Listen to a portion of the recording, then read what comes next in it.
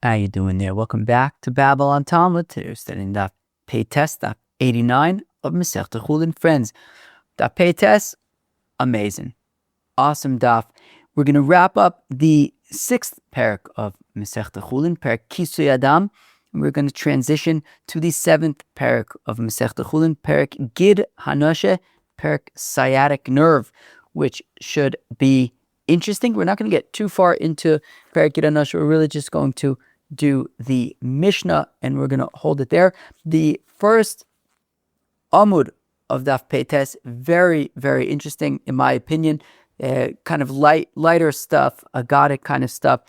Once again, in my opinion, very, very interesting. So, Chevre, come join me. Let's have a great time learning Daf Peites of Masechta Chullin.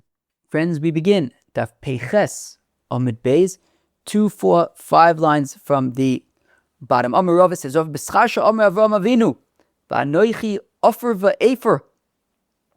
When Avram Avinu is negotiating with the Rabbanan Shalom, when the Rabbanan Shalom tells Avram Avinu that about his plans to destroy the city of Sodom, so Avram Avinu attempts to negotiate and says, maybe there's 50 righteous people in the city. That didn't work out, maybe 45. Anyways, Avram Avinu is standing before the Rabbanan Shalom. He says, "Who am I? V'anoichi offer v'efer." I'm ash and dust.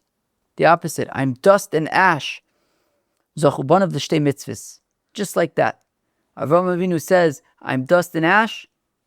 2 mitzvahs.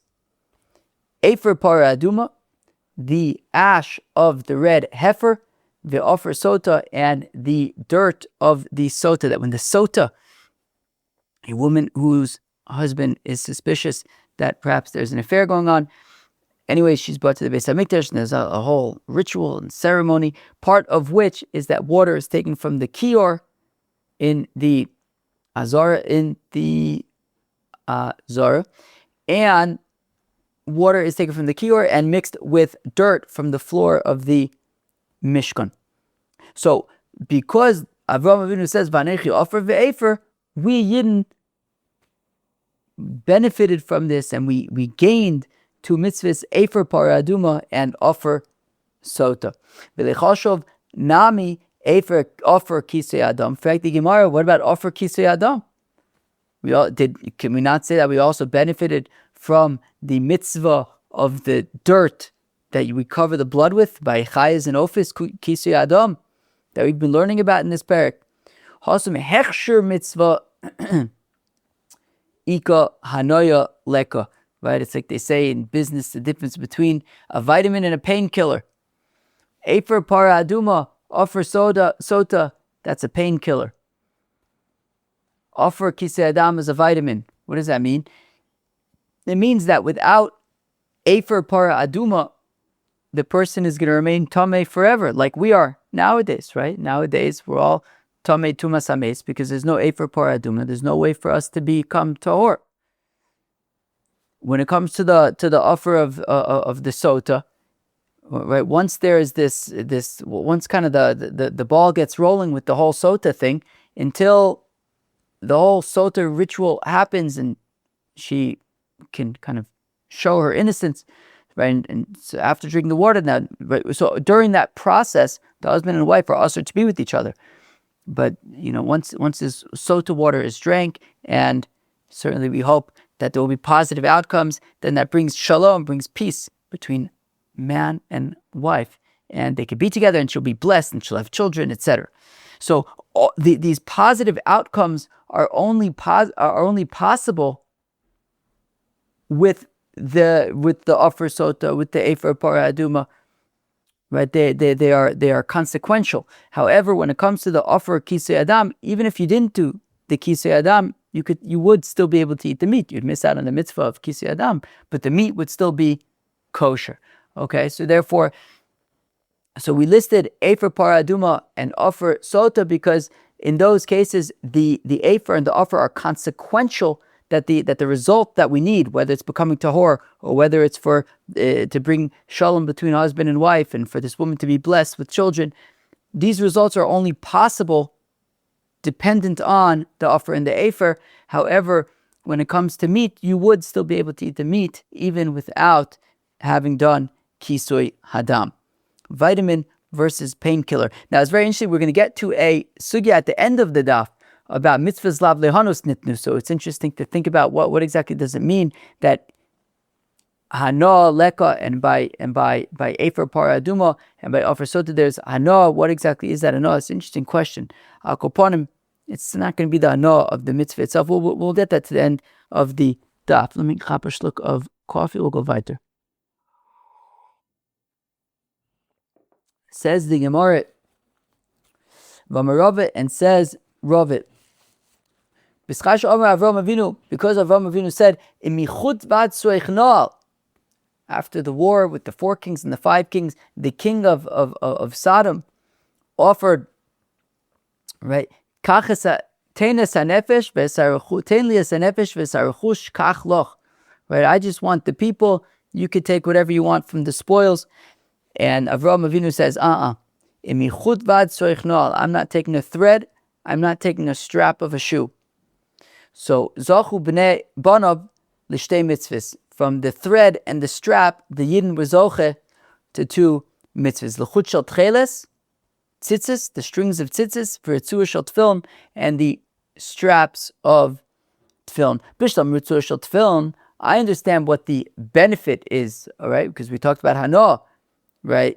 We said just like by Vanuchi offer ve'efer, there has to be some kind of tangible outcome from the mitzvah. So the tangible outcome from tefillin is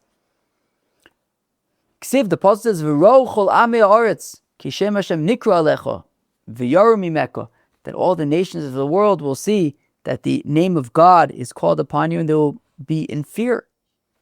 V'tanya Rabbi Eliezer Agadol, Omer Rabbi Eliezer Agadol, Elu tefillin sheberosh, that this is a reference to the tefillin that we wear on our head. So there is a benefit, right? There's a tangible benefit to the tefillin, right? V'yaru mimeka. Elachut shel tcheles mahi. What is this tangible outcome from the strings of tcheles? The sani that we learn in the Brayso of Meir, Omer says of Meir, manishtana tcheles mikol hatzivonin. Why specifically does tzitzis need to be tcheles, this turquoise blue color? Mipnei shetcheles dome layom, because tcheles is similar to the sea, v'yom dome l'rakia, and the sea is similar to the skies, v'rakia, the firmament, v'rakia dome le'evan sapir, and the rakia is similar to sapphire. The evan sapir dome l'kisei hakovid, and the sapphire is similar to the kisei hakovid. And says Rashi, uchsha'kadosh baruch hu mistakel b'kisei hakovid. So when the Rabbeinu Shalom looks at his kisei hakovid, Nizkar b'mitzvah, he remembers the mitzvah of tzitzis, which is with tcheles, shehi keneged kol mitzvahs, and tzitzis is keneged all of the mitzvahs. It says urisem oso uzchartem es kol mitzvahs Hashem, and therefore tzitzis is keneged all of the mitzvahs. So therefore we have tcheles in our tzitzis, which is domel yom, domel rakia, domel even asapir, which is the kisei hakovid. And when the Rebbeinu Shalom's on the kisei hakovid, he remembers tzitzis and how the Yidden do all of the mitzvahs, and then that's a positive, tangible outcome when the Rebbeinu Shalom is constantly remembering how the Yidden are so givaldig. Tichsiv, as the pasuk says, "Vayiru es Eloke Yisrael," that it says by Har Sinai that the Shivim Zakenim and the children of Nadav Avihu, so they saw Eloke Yisrael, the God of Jacob, the God of Israel. V'sachas raglav, it says kilivnas v'sachas raglav. Was it kimaisi livnas asapir? Uchetzem hashamayim latoyar. Uchsev kimare even sapir dmus kisei, that the throne of the Rebbeinu Shalom is like sapphire stone. Amar Babble says, Babble kosher gezel and echol. If one steals and then consumes, that's bad stuff. Shafilu tzadikim gemurim en nichol nachzir. Even a complete tzaddik, a completely righteous individual like Avraham Avinu, would be unable to return it. Shenemar beladoi rak asher ochlu anayrim. When the king of Sodom offered the spoils to Avraham Avinu, and as Rashi points out at the top of the page, Avram Avinu did not want to benefit one bit from anything that was stolen. And we see that Avraham Avinu says, Biladoi, I'm not going to have any. because once he would take any of that and consume any of it, he would be unable, right? It says, what does it say? Bil'ad rakasher ochlu anayrim. The Nairim only whatever they ate, but I'm not going to be taking anything. I'm not going to be consuming anything, because it will be very difficult. If it's stolen, it will be unable to be returned. Chapish look of coffee. Says the Gemara, Reb Yechanan mishum Reb Elazar Reb Shimon. Oh, komakom shata motzei dvarav shel Reb Eliezer ben Oshob Yosef Aglili ba'Agadata asay oznecha kafar keses. Says Reb Yochanan, quoting Reb Elazar Reb Shimon, that when it comes to Agadata, whenever you hear epis from Reb Eliezer ben Oshob Yosef Aglili, make your ears like a funnel. Make sure that you listen closely, because it's going to be awesome. Says the pasuk in Parshas V'eschanan, last week's parsha, le'merubchem mikol ha'amim choshak Hashem bochem v'gomer. The reason why the Rabban Shalom loves us is not because merubchem, not because we're great. What does that mean? Hamelem HaKadosh Baruch Hu, the Yisrael, the Rabban Shalom says to the Yidden, choshkeni bochem, I love you, I desire you, she'afilu b'shah she'ani mashpia lochem gedula, that even when I am showering down greatness upon you, nonetheless, you make yourselves low and humble before me. I gave greatness to Avram Avinu. And what does he say? I'm just dust and ash. He gave greatness to Moshe and Aharon. What do they say? We're nothing. The David Omar, right? He gave greatness to David. What does David say? I'm a worm. I'm not a person, I'm a worm. But by the Oivdei we see the opposite. Einon Ken, they're not like this. Nimrod, I gave greatness to Nimrod. Omar, Hova Nivna Lanu Ir, right? Umigdal v'Rosh Magia Shamayma Penifrots Al Haaretz, or whatever it is. What is it? It says, Ava Nivna Lanu Ir Umigdal v'Rosh Bashamayim V'Naisa Lanu Shem Penofutz Al Pnei Haaretz. Nimrod says, well, let's make a big tall tower, and that way the Rabban Shalom won't be able to do anything to us, because we'll be so high up in the sky like him, and we'll be like him, and he won't be able to do nothing to us. Lefare, I gave greatness to Paro. Amr, what does he say? Mi Hashem. Right, who's God that I should listen to him? What's God? Who's God? The Sancheriv gave greatness to Sancheriv, the king of Assyria. Omar, what does he do? He sends messages to Chizkiyahu HaMelech saying, Mi b'chol Eloheinu arotzos v'gomer. He said, he gives Chizkiyahu HaMelech an offer he couldn't refuse, and he says, we're coming, we're taking Jerusalem, and there's nothing you can do about it. After all, Mi b'chol Eloheinu arotzos, I took all the other lands, and which other gods of which other lands were able to stop me, that you really think that your God has any chance of stopping me? The Nebuchadnezzar, he gave greatness to Nebuchadnezzar. What does it? Nebuchadnezzar say?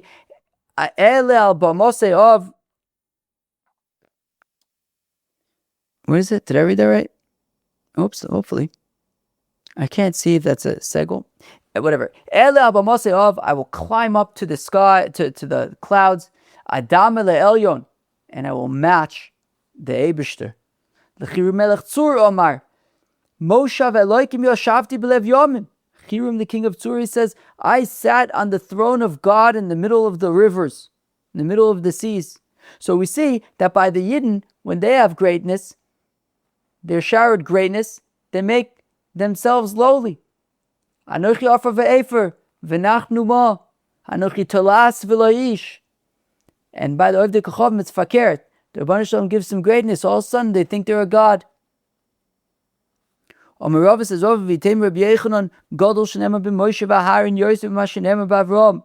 Says Rava, some say Rabbi Yechanan, that greater that which is said by Moses and Aaron, greater than that which is said by Abraham. De'ilu b'Avram, because it says by Abraham, "V'anochi offer v'efer," I'm dust and ash. By Moshe and Aaron, they say we're nothing. And I guess the point is, nothing, I guess, is less than dirt and ash, I guess. And we're saying less is more. That's how I understood it. Anybody else have any other shots over here? Tell us them what's up. Says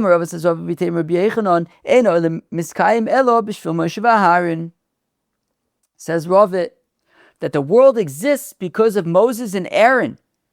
It says we are nothing. It says pasuk in Eov that the world is dangling on blima, nothing.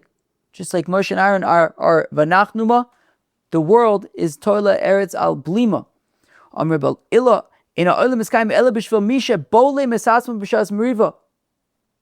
The world exists because of people that zip their lips and should keep quiet when they get into a fight. Shenemar toile eretz al blima, they just zip the lips.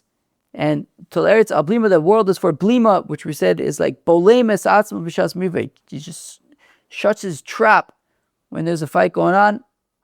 Quiet. It's probably good advice, right? Just don't say anything. Rababo Amos says, Rababo, mi shemesim atzmai kamisha eno, says Rababo, a person makes themselves like they are nothing. Shenema mitachas zros olam.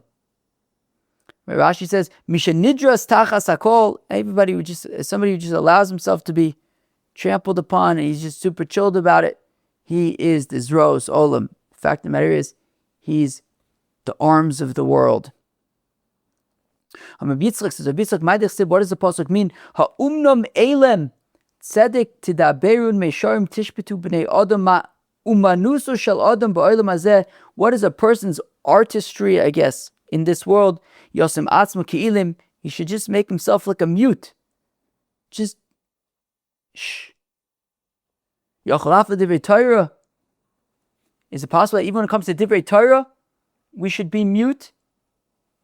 Or should we just babble?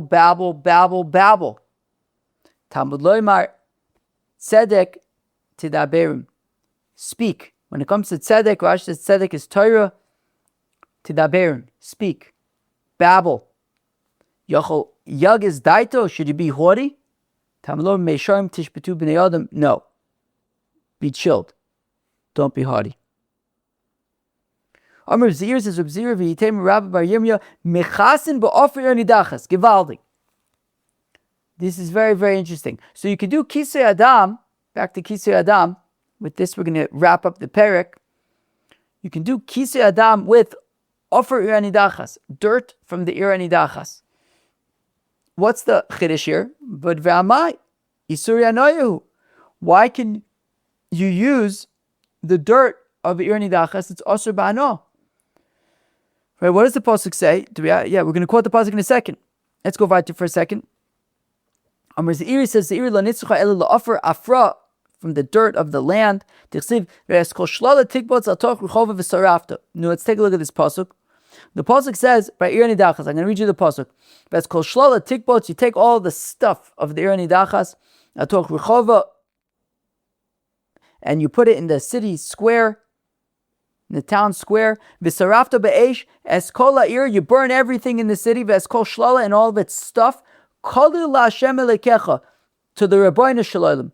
V'hoisa tel olam lo sibane od, and it should just be a pile, never to be rebuilt. So in Ir Nidachas, what's in Ir Nidachas? Ir Nidachas is a city where most of its inhabitants are worshipping Getchkis, are worshipping Avodah Zarah, so you have to kill all the people, burn all the stuff, and it's all asur bano, you just leave it.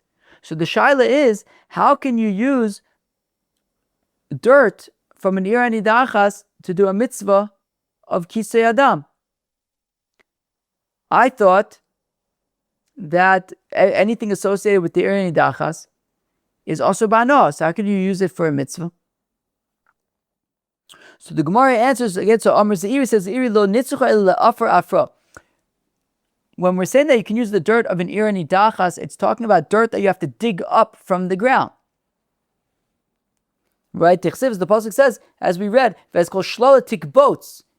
gather all of like the metaltalin, all the stuff. Just gather up the stuff and bring it el toch ruchova to the town square. V'sarafta, and you'll burn it. Mishe'enu mechusar el kvitza v'sreifa. The things that you burn and the things that you leave alone that are also ba'anah are the things that you gather them and you burn them. Yotzazeh, to the exclusion of dirt that needs to first be dug up. Shemuchusar tlisha, you first have to dig it up, and then kvitza v'sreifa, then you can gather together and burn it. But the things that are also ba'anah from manir nidachas are things that you just, all the metaltal and all the stuff, you just gather them up and bring them to the town square. But dirt that you first have to dig up before you can gather it up, so that is excluded, and you can use it therefore for mitzvah of kisui hadam, no problem.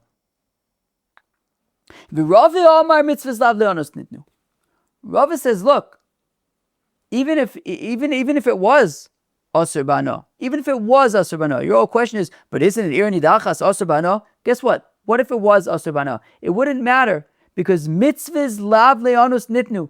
We don't do mitzvahs to enjoy them, to get any kind of benefit. Now, interestingly, as we did say at the beginning of the daf, there could be kind of secondary benefits, such as, right, we said that by the sota that now allow, right, brings shalom bein ish leishto, right, by doing the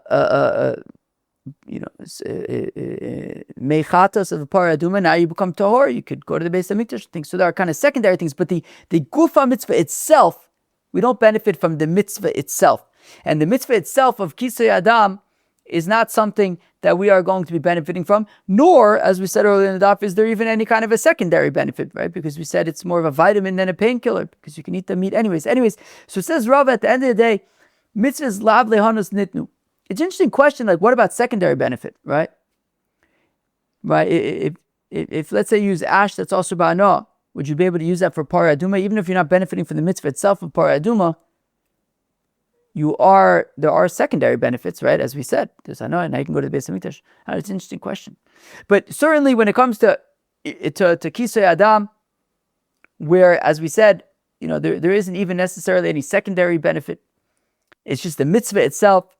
So says Ravit that you theoretically, even if the dirt that you're using for kisui hadam was asur ba'anah, it wouldn't matter, because to use something that's asur ba'anah for a mitzvah is acceptable. As Rashi says, "Sha mitzvahs shenitnu liYisrael lo le'anus nitnu." They weren't given to get anoya loem, lo l'shem anoya nitnu loem, ela gezeras melech yilem. It's a gezer. We do mitzvahs. The Rebbe Shalom says, "Do a mitzvah." We do a mitzvah. So therefore, theoretically, you can use something that's asur ba'anah for a mitzvah, because when you do the mitzvah, you aren't getting hana'ah from the action of doing the mitzvah. Very, very givaldi. Yosef Ravina v'Karmela la'ashmaita. Ravina was telling over this givaldi sugya of mitzvahs lav le'onis nitnu. Eisvei Rav Rechumi l'Ravina, and Rav Rechumi asked him a kasha. Shofar shel avodas koichavim. What if a person wants to use a shofar of avodah zarah? So avodah zarah is also ba'anah. Nish gefährlich. Mitzvahs lav le'onis nitnu. Lo yiska boy. Don't do it. Ma pitom. Are we not saying that if you use a shofar of avodah zarah, which is also ba'anah, you are not yotze? What about mitzvah lav le'onis nitnu? Lo imtaka yotza. No, it's saying don't do it lechatchila. B'di'evid, you would be yotze. Look, don't do it lechatchila. What does Rashi say? The lechatchila mia, last Rashi on the page, lo yiska mishum demois. It's gross. Who wants to use an icky avodah zarah shofar? Yuck. But if you did use it, so b'di'evid mitzvah lav le'onis nitnu, and you would be yotze. V'atanya, where am I? Lo yotze lo imtoka yotze. Lulav shel avodas koichavim lo yitol. Okay, but we have another brisa. Don't take a lulav of avodah zarah. My lav imnoto lo yotze. This is new. So if you shook a lulav of avodah zarah, some you're not yotze. Lo imnoto yotze. No. If you use a lulav of avodah zarah, you are yotze. Now everyone's asking, what do you mean? We learned lulav agazul, shel asherav, shel nidachas, pasul. Vatani toka lo yotze, noto lo yotze. We have a brisa, not quoting it. Tosfos actually Taka says, why don't we quote that Mishnah from lulav agazul? But regardless, it says the Brisa. We have a Brisa that says Taka lo yotza. So Tosfos Taka says we prefer the Brisa because we have in one place it says shofar. Right? If we quote the Mishnah from Lulav Agazel that we all love and learned Sukkah ages and ages and ages ago, so it would only be about Lulav Agazel. It wouldn't have also shofar. Right? What does Rashi say? Tosfos says Ela nichale la'avi ach Brisa de katani ba shofar ve'lulav. It's got both shofar and lulav in this Brisa. Anyway, so we have a Brisa that says Taka lo yotza, not a lo yotza. You're not yotze. If you use a shofar of avodah zarah, which is also bano, you're not yotze. Or if you use a shofar of avodah zarah, you're not yotze. You use a lulav of avodah zarah, you're not yotze. Why not? I thought Mitzvas lav leonos nidnu. So Rav Ashi Ochiash to Awesome, he says, look, it's not about hana'ah over there. It's not an issue of hana'ah. Shi'ura ba'inun. A shofar needs to have a minimum size. A lulav needs to have a minimum size. Nothing to do with hana'ah. It has to have a size. And an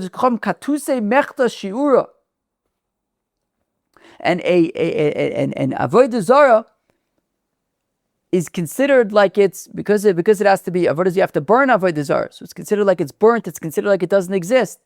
And if it doesn't exist, it doesn't have a size. So a shofar has a minimum size. A lulav has a minimum size. Avodah zarah, because it needs to be burnt, is considered like it has no size. If it has no size, so it fails that requirement of having a minimum size. So nothing to do with mitzvahs lav lehanis nidnu. That's not an issue, right? The fact that it's also bano, you could use it for mitzvahs lav lehanis nidnu. The issue is that there's no shear.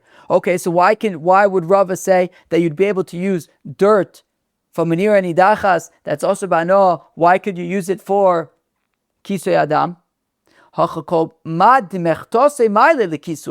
We learned yesterday, the lesser, the better when it comes to kisui hadam, right? We said when it comes to coarse dung, when it comes to coarse sand, we said it's no good.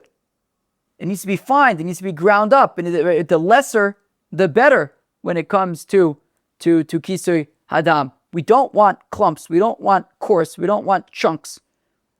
The lesser the better, and therefore there dafka is no minimum amount when it comes to kisui hadam, and right, minimum size for kisui hadam, and therefore there's no minimum size for kisui hadam.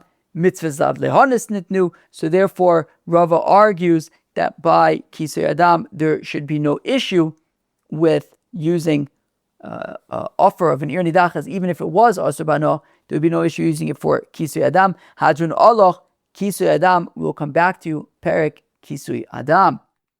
And now we begin Perek gid hanasheh. Now, I'm not going to we're just going to learn the Mishnah now, because once we start the Gemara, we really got to keep going for a while.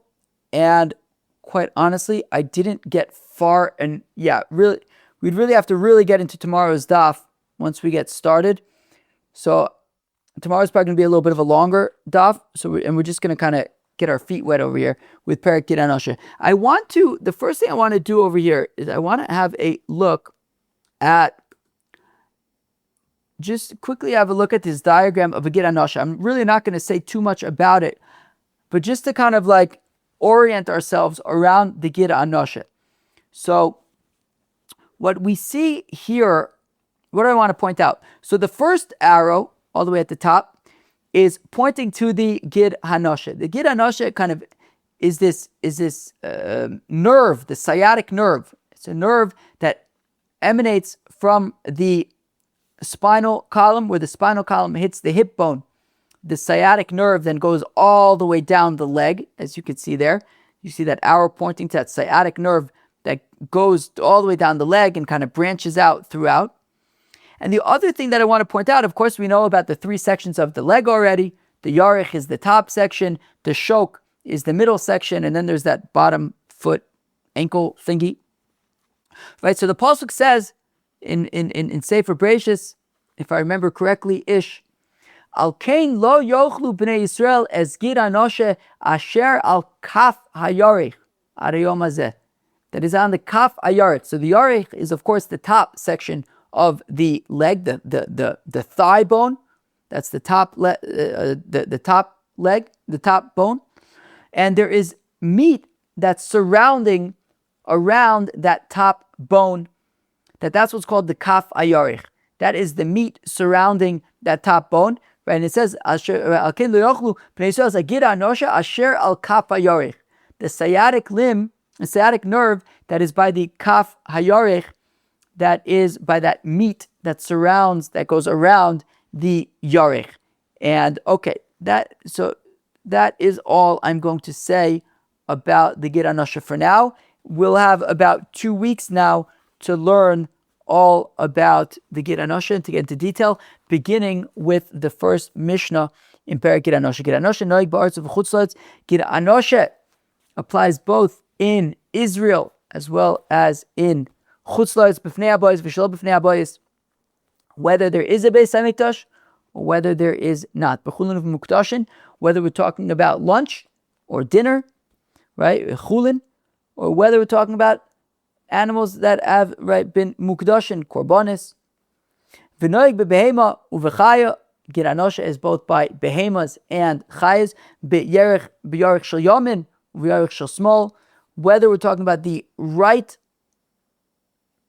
yarech or the left yarech on both sides of the animal, there are 2 gid hanashehs.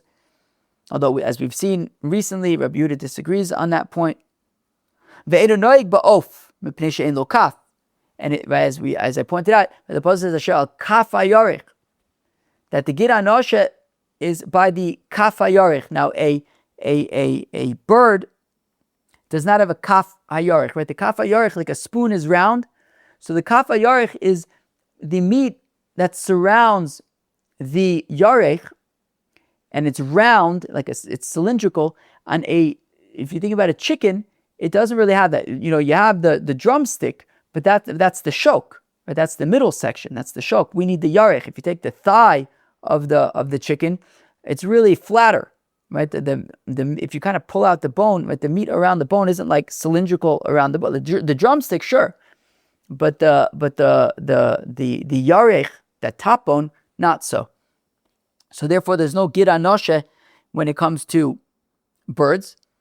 V'noeg b'shalil, and if you have, as Rashi says, a ben tesha chai, right? If you shecht an animal, and in the animal there is a full-term fetus and it's alive, so it would also have a gid hanasheh. Rabbi Yehuda Omer eino noeg b'shlil, whereas Rabbi Yehuda says that there is no gid hanasheh when it comes to a fetus. V'chel bo mutter, and Rashi explains this as being a continuation of Rabbi Yehuda, that v'chel bo mutter, that the ben tisha chai has no gid hanasheh, and there's no chelev either for a ben tisha chai, according to Rabbi Yehuda. Ve'ena tabochin emanin al gid hanasheh, and butchers are not believed to say that they properly removed the gid hanasheh, as Rashi says, Lomar natanu mipnei shetorach uloim lichatzit acharav, because it's a big tircha to really remove it properly, and therefore, says Rav Meir, we don't trust a butcher to say, "Oh yeah,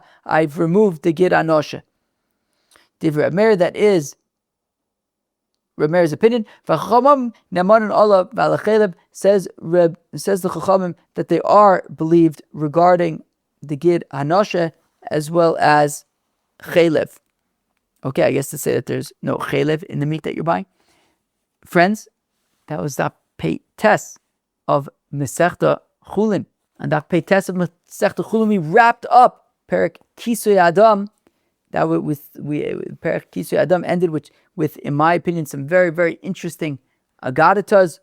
Notably, we talked about tzitzis, we talked about tefillin, some other interesting Agadatas. At the end, we said that you can use the dirt of an irani dachas for kisui adam, which was an interesting question, because isn't the dirt of an irani dachas also ba'ano? So the first answer was, yeah, you're right, but we're using dirt that is mutter ba'ano, because dirt that you have to dig up is not included and you have to burn it and leave it, so it's mutter ba'ano. Rava said, however, even if it is also ba'ano, mitzvahs lav lehonos nitnu, which is very, very interesting. We then asked, but then, okay, if you use a shofar or a lulav of avodah zarah, you're not yotze. That's not because of ano. That's because it needs to have minimum shear. And avodah zarah, which has to be burned, is considered like it doesn't have a shear. Very, very interesting. And then we got started on Perek Gid Hanasheh, and that we really just learned the first Mishnah of the Perek. Tomorrow we're really going to get moving on Perek Gid Hanasheh. So I imagine tomorrow is probably going to be a bit of a bigger daf, but I imagine it's also going to be a great daf. Cheva, have an awesome day. Cheers.